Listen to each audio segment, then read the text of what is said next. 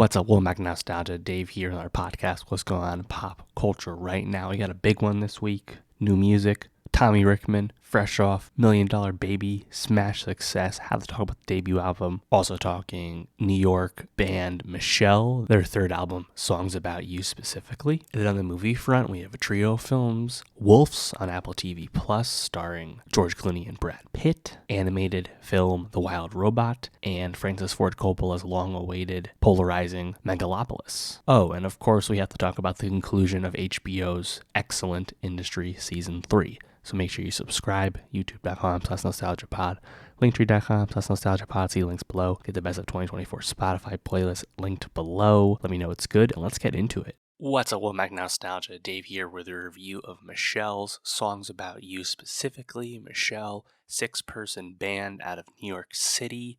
I first learned about Michelle relatively recently from one of my good friends, putting me on to some of their earlier singles. Big fan of the song Pulse, as well as Unbound, specifically the Austin Mills DJ remix of that song. Learning more about Michelle has been interesting, as this is a group that had no real serious inclinations to be a long-standing band. Most of them were not even seriously pursuing music per se, but after coming together for a passion project, they've really kind of hit it off together, and now we're on their third album. Michelle occupy a space not dissimilar from where Remy Wolf is these days. This is I think, light yet fun indie pop music, some R&B influences, some funk here and there. It's soulful, it's breezy, it's really enjoyable music, and it's not quite as big in your face as Remy Wolf's big songs are, but to me, Michelle really have found a lane and found a sound for themselves, and it makes it quite impressive how far they've come as a group that never intended to be a 6-person band. Their third album, Songs About You specifically, 11 songs, 32 minutes. I liked every song on this album. The songs flow together great. They have a number of vocalists, but I think Layla, the lead vocalist, sounds very great as a singer. The single Mentos and Coke, just a really fun, solid hook. The drums, the guitar line. Track 2, Blissing, I think the hook is quite strong again. Akira, really funky, really groovy. Vocal performance, probably the most reminiscent of Remy Wolf, hence my comparison. Just listening to the vocals go up and down in the range. The song Noah, I love the instrumentation on this song. The way the keys are in line with the drum tempo. Awesome. The outro also indeed is very catchy. Additionally, the outro is quite catchy. It's not until the very end of the album, I'm Not Trying, where you get something that's a bit softer, but the singing is still smooth, and it's still upbeat enough that I think it really still continues the progression of this album. Michelle, of course, is a band that is not mainstream in a sense. They average less than 1 million monthly listeners on Spotify. There's a lot of room for growth with this group, but to me, it's just tons of untapped commercial potential. I think musically, they're already there. They have a sound. They have a pretty solid catalog at this point. Again, some of those early songs I'm a big fan of as well. This album, I think, only adds to that.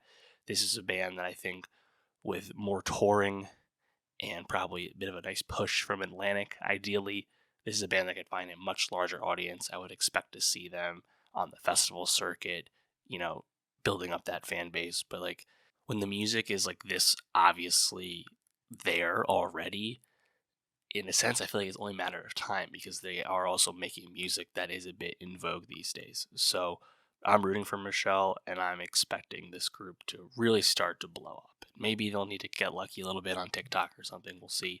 But I think from where they are right now, it's hard not to be pleased if you're a fan already. But let me know, what did you think of Michelle's third album, Songs About You specifically? What was your favorite song specifically? And for more music reviews, subscribe, and I'll see you next time. What's up, Mac Nostalgia? Dave here with a review of Tommy Richman's debut album, Coyote. Tommy Richman came out of nowhere in a mainstream sense to many earlier this year off the rapid rise of his monster hit single, Million Dollar Baby, a song that would grow viral via snippet form on TikTok, like many songs have, but then ratcheted itself all the way up to debuting at number 2 on the Billboard Hot 100 earlier this summer. Very much one of the songs of summer 2024. And then Tommy followed that up pretty soon after with another song that was viral to a lesser degree, but still a hit in all sense of the word, in Devil Is a Lie. And both of these songs from Tommy Richman stood out for just effortless melody, very catchy vocals, and very noticeable falsetto singing on the part of Tommy. And Tommy Richman was not someone I had been paying attention too much, although I had heard him before, namely on Brent Faiyaz's album last year on the song Upset. And Tommy Richman has since signed to Brent's ISO Supremacy label. Despite the Brent connection, I had not been checking for Tommy, but following the success of $1 Million Baby and Devil's a Lie and Upset, which was my favorite song off Brent's Larger Than Life last year, a lot of anticipation had kind of came out of nowhere for the Tommy Richman debut album. And Tommy Richman, to his credit, took his time, didn't immediately rush out the album, and I think even more admirably, certainly a display of confidence, he did not include $1 Million Baby or Devil's a Lie on the Coyote track list.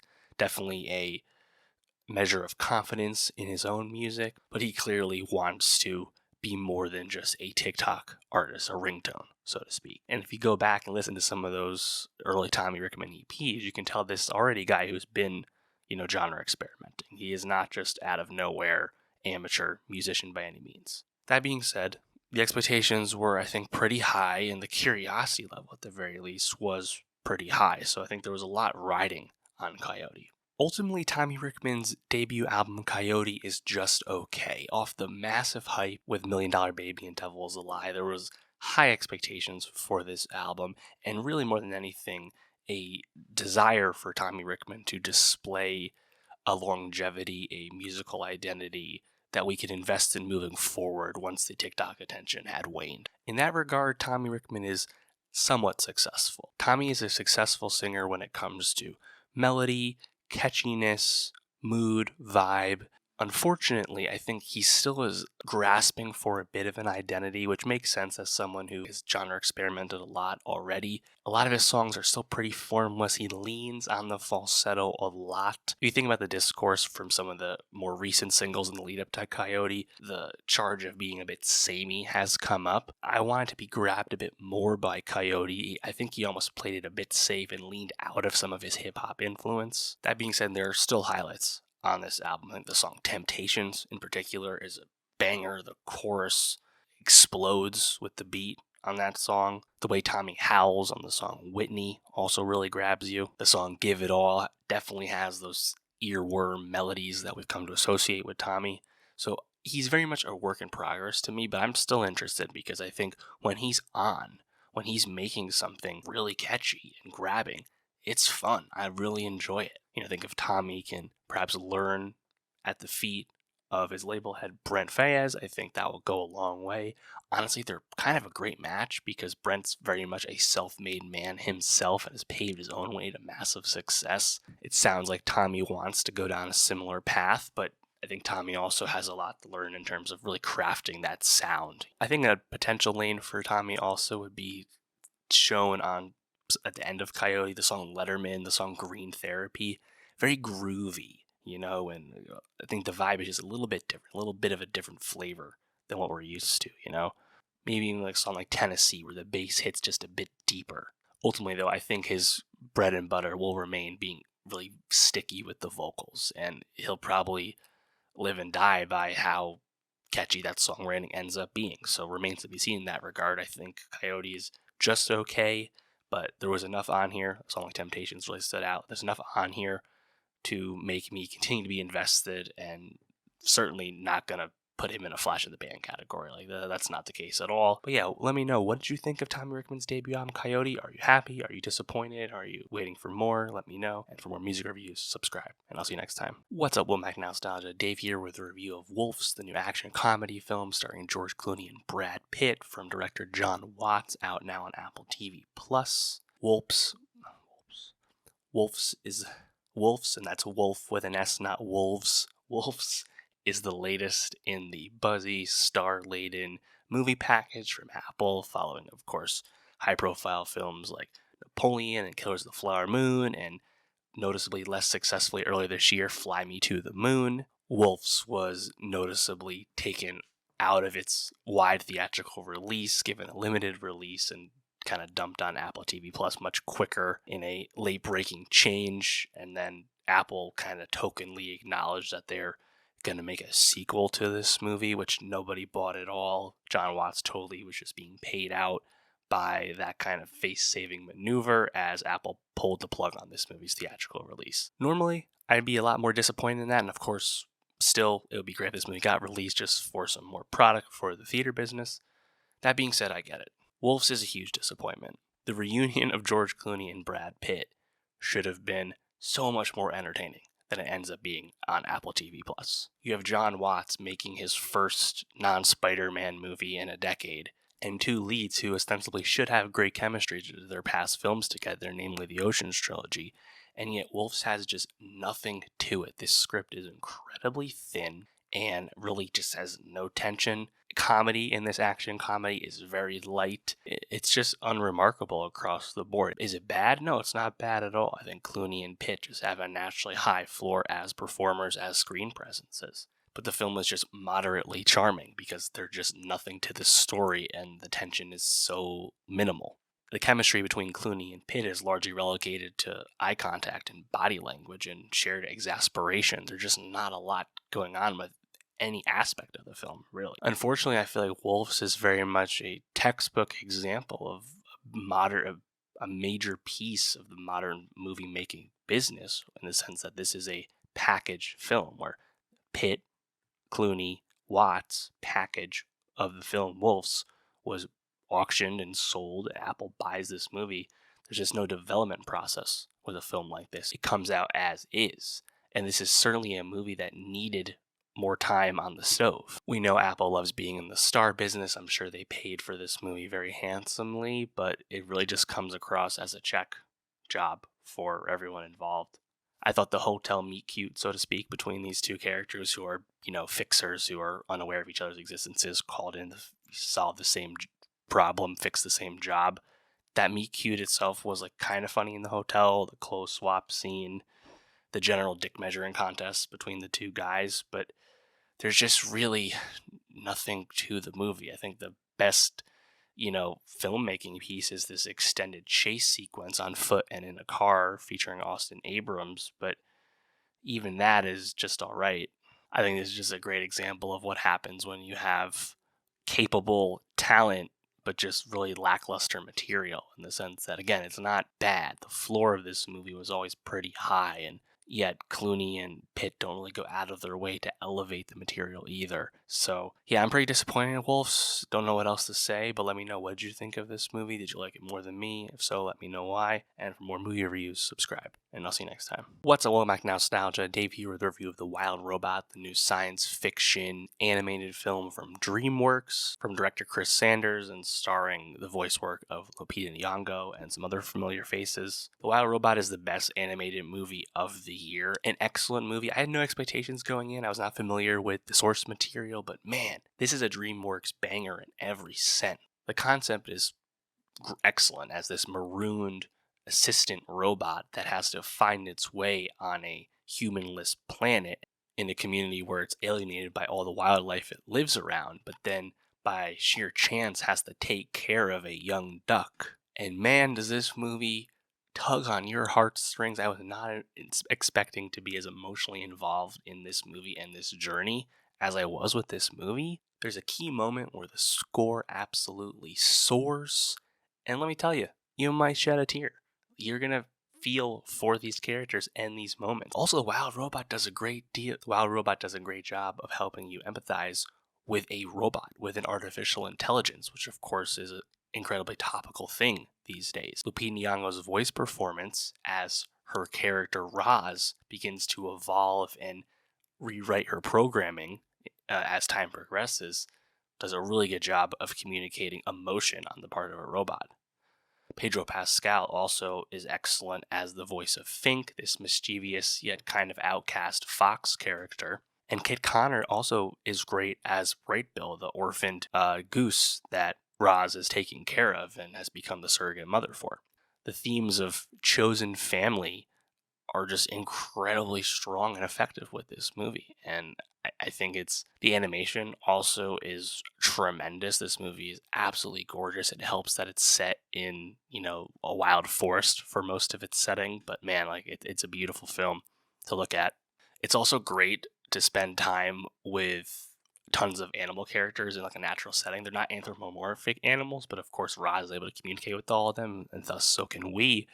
And just spending time with this whole ecosystem as we come to learn it. Catherine O'Hara plays a mother opossum, for example. It's quite fun. Bright Bill's journey from social outcast, the orphaned goose with the monster mom, that journey to being accepted in the goose community also goes, I think, incredibly effectively. The Wild Robot is also notable because it's the last film to be animated entirely in-house at Dreamworks. They have the kind of like hand-painted aesthetic, which makes the movie look so beautiful.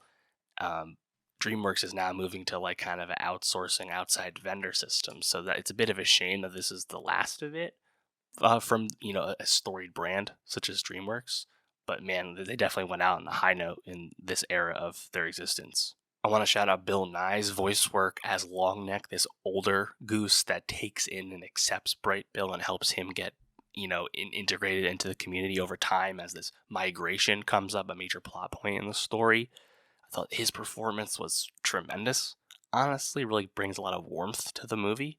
Matt Berry, of What We Do in the Shadows fame, excellent as this beaver character, this quirky beaver that is almost like a social pariah until he's needed at the most important time. Also, shout out Stephanie Sue as this evil robot from the corporation that created Roz. She is pretty adept at being crazy characters, as we've seen with Everything Everywhere All at Once. So that was kind of a fun turn from her. Did not recognize her voice work until I checked the credits. But to me, The Wild Robot is definitely the best animated film of the year. I think this is better than Inside Out 2. Obviously, it's not as big as Inside Out 2. We know that much. But this is the best animated feature. And it's currently the Oscar favorite. So it'll be a battle between those two. But I think there's a lot of belief that The Wild Robot's going to pull through with that. Well, we'll see what happens. Let me know, though, what did you think of The Wild Robot? Did you like it as much as me? Let me know why. And for more movie reviews, subscribe. And I'll see you next time. What's up? Welcome back to Nostalgia. Dave here with a review of Francis Ford Coppola's Megalopolis, the new epic science fiction drama film.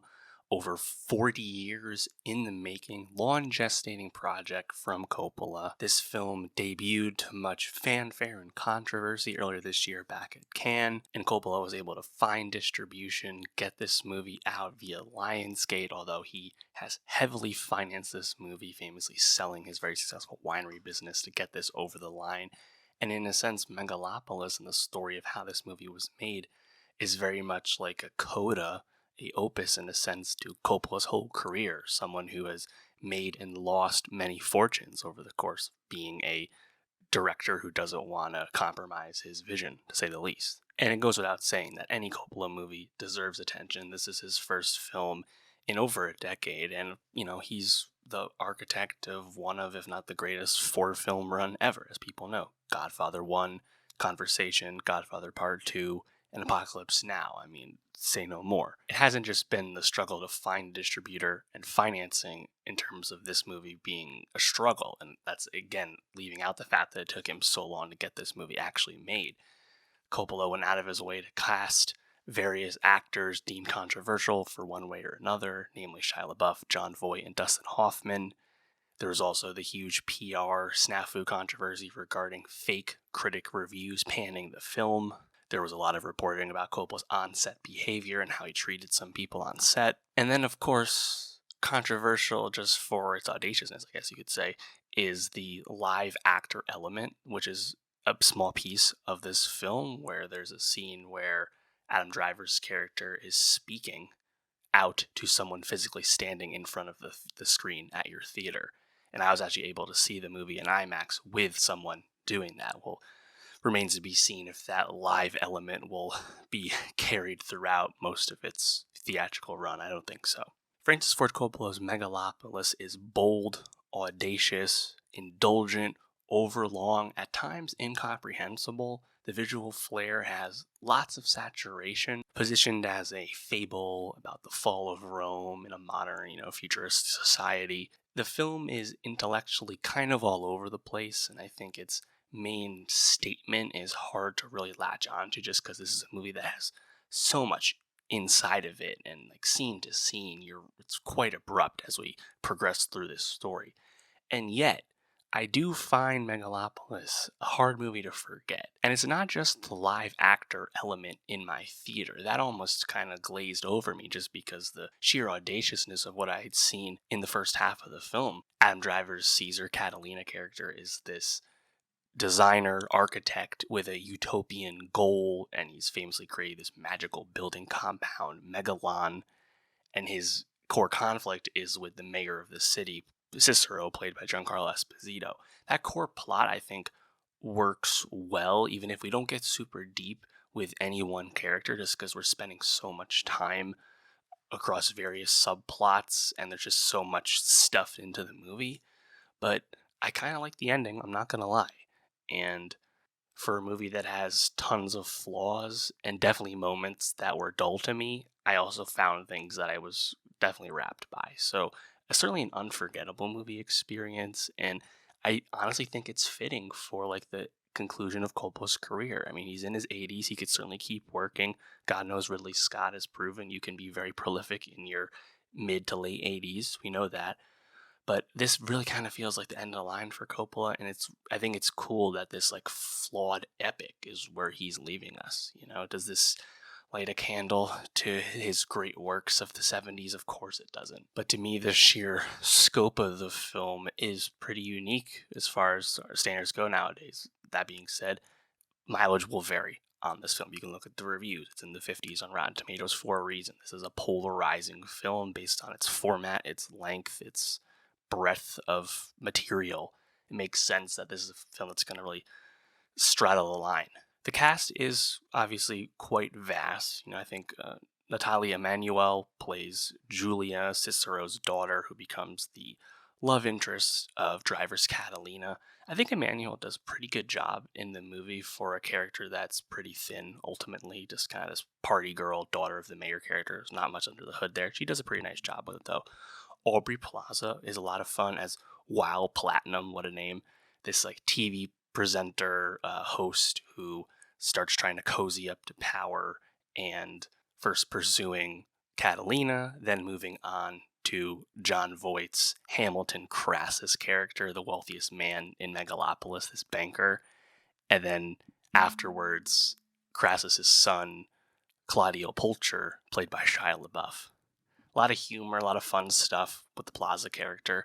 I honestly think John Voight's pretty good as Crassus. I mean, controversies galore with Voight these days.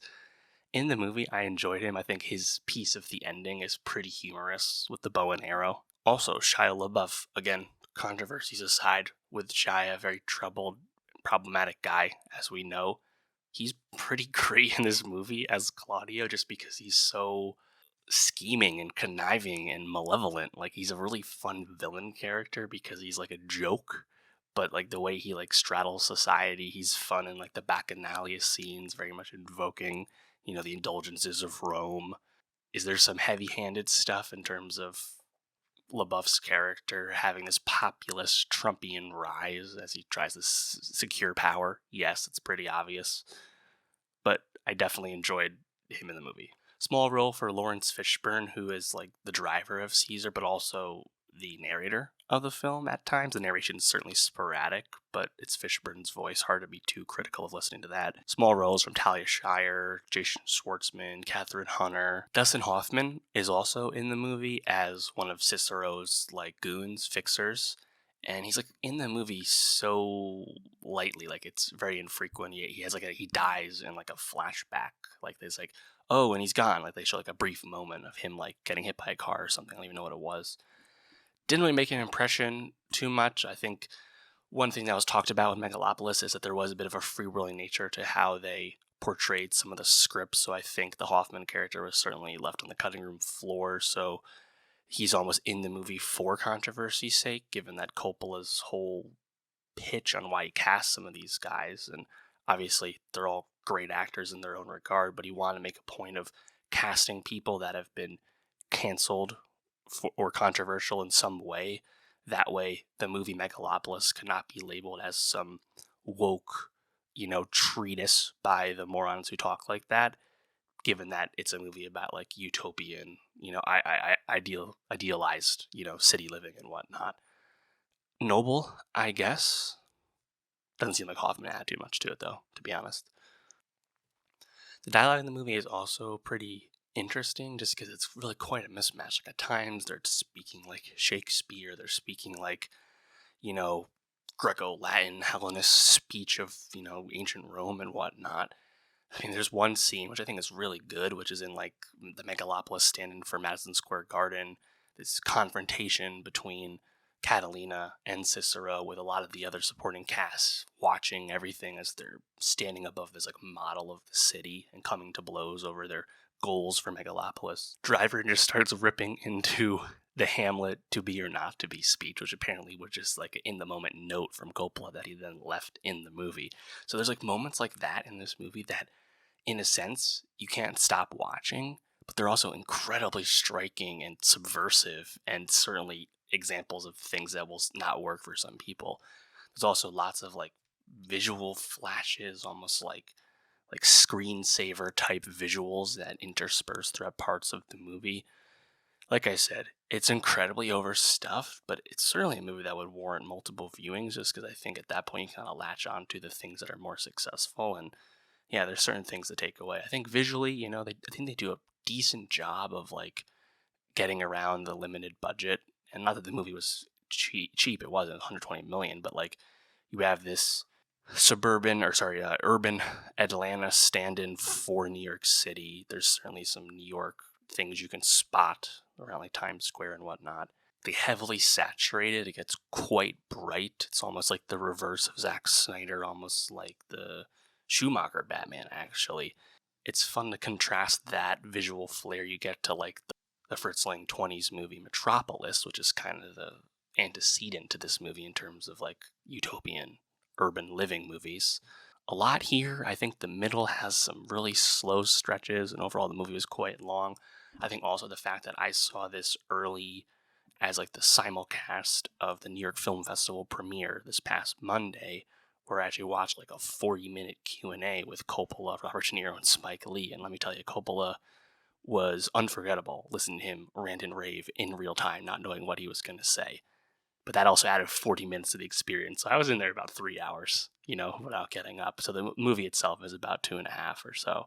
But yeah, honestly, like, whether you like the movie or hate the movie, I just got to hand it to Coppola for wanting to take the swing, and making it happen, finding the money, selling his very lucrative business to get that done. It's kind of like the Kevin Costner Horizon situation where it's like, hey, you're a wealthy artisan. You want to make something that costs way too much and has almost no chance of recouping that money at the box office and with foreign sales and whatnot. More power to you. I mean, like, that's a big part of art, honestly, is trying to make it in spite of the monetary problems.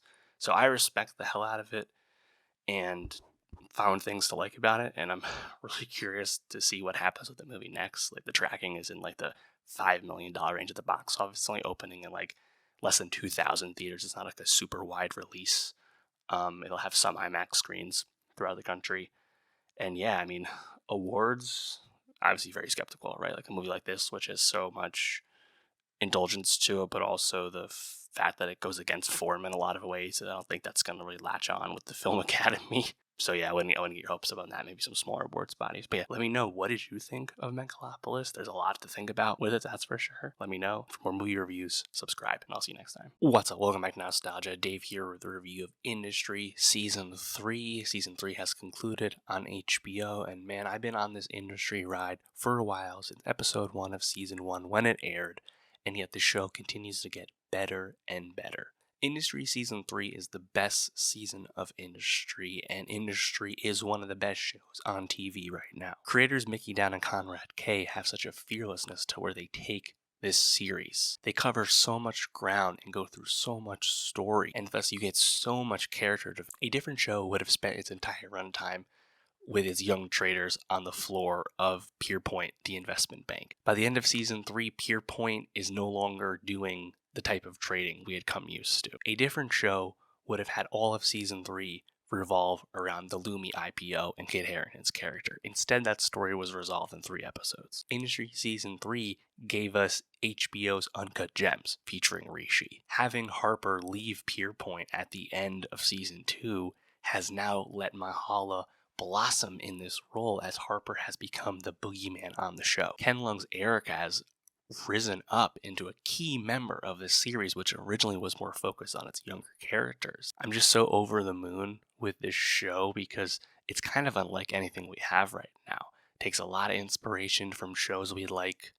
I think the early stuff with the sex and the drugs with the younger characters, very reminiscent of Euphoria. Of course, the Succession comparisons regarding the machinations at Pierpoint and whatnot, very obvious yet effectively accurate.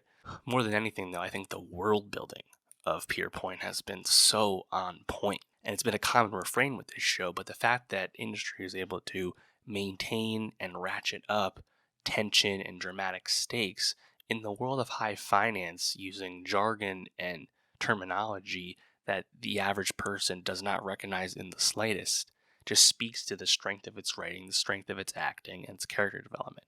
You understand the stakes and the tension even if you don't understand the details, because you don't need to know the details when it comes to this show.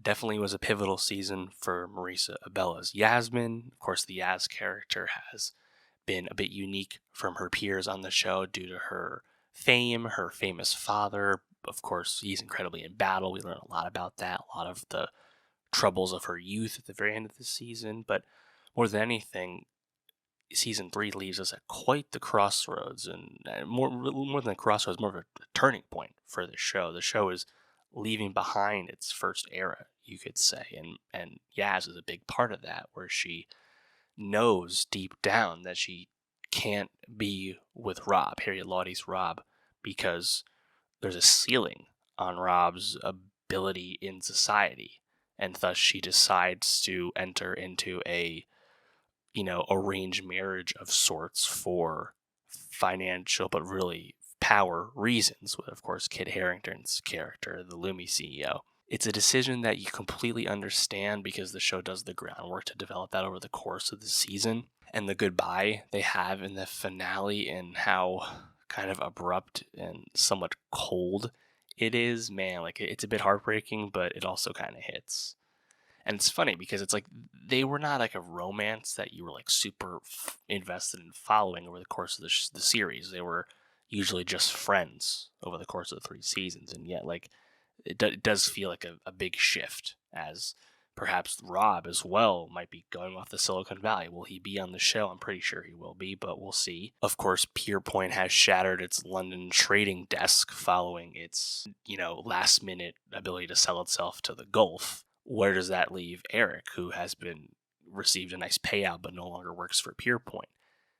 Eric could be doing anything in season 4, which we know the show is officially renewed for, or he could just be another bank. Like who's to say what's going to happen next? I think that's what's so exciting about where the show leaves us, where it's a show with such creative juice, such confidence, and yet it has kind of wiped its board clean at the conclusion of season 3. It's exciting.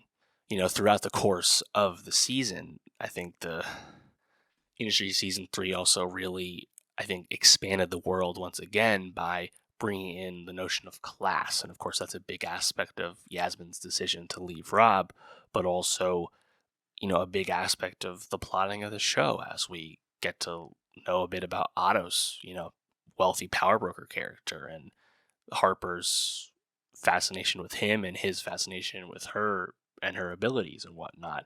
The controlling of the media, collusion with politicians, the sham, parliamentary hearing that Rob is paraded out to do and be the whipping boy for Pierpoint following the Lumi debacle. Like, the show has branched out to a pretty significant degree while still maintaining its core ethos of what it's been about. Of course, the Rishi Uncut Gems episode stands out as a triumph of an episode, but more than anything, season 3 continues the kind of miraculous creation of the Rishi character, in the sense that that was a character that was in the background, giving you one-liners, part of the greater ensemble, and just continued to blossom and grow and become a favorite of the writer's room and whatnot. And then you get to season 3, and it's this incredibly tough to watch arc, concluding with Rishi, of course, no longer working with Pierpoint following the changes at that bank, and him now seriously lacking in liquidity as he has a 600-pound debt to his bookie, which results in his estranged wife being murdered right in front of him. To think that would have been a storyline developed and paid off in season 3, when you started watching season 1, no one would have thought that was coming, but it shows how strong their show is. I'll be curious how much of Kit Harington we get in future seasons, because of course we're going to get a lot of Marissa Bello. We're going to get a lot of Yaz. So how much of Kit? Is he just part of the ensemble now? Curious. Also, there's also reference to J. Duplass's Bloom character getting out of prison following tax evasion at the end of season 3. Of course, he was a key figure in season 2. Who's to say? I enjoyed the addition of Sarah Goldberg as Petra and her partnership and also differing of opinions with Harper. You know, I think the journey that Harper goes on with Petra is pretty cool, in the sense that Petra is the one at the ESG fund who is unlike everyone else and wants to be more like Harper. But then once they begin working together at Leviathan, once they leave that fund, Petra sees the true colors of Harper's boogeyman status as someone who is not afraid to do things illegally, basically, in the financial world, in terms of privileged information and chasing and seeking power and whatnot, executing the trade at any costs, right? I could go on, but I think the takeaway is just that Industry Season 3 has just so much to it. The show has expanded and been greater for it, and hasn't sacrificed anything that was fun about it in its early run. And now we're at this true turning point for the series where we have no idea where season 4 is going to go, but I have complete confidence in the creative team that it will be an excellent show when we do get it. Let me know, what did you think about Industry Season 3? What was your favorite aspect of the series? And for more TV reviews, subscribe, and I'll see you next time. All right, that's going to do for the pod this week. Next week, we have slightly less things to discuss, but still some key elements, of course. Todd Phillips' Joker, Folly Due, the sequel to 2019's Joker, 5 years in the making. The conclusion of Amazon Prime Video's The Lord of the Rings of Power Season 2. Jason Reitman's new film, Saturday Night, about the first episode of Saturday Night Live. Oh, and Billie Eilish's brother, Phineas O'Connell, is dropping a new album. So make sure you subscribe. YouTube.com/nostalgiapod, Linktree.com/nostalgiapod. See the links below. Get the Best of 2024 Spotify playlist linked below. Let me know it's good, and I'll see you next week.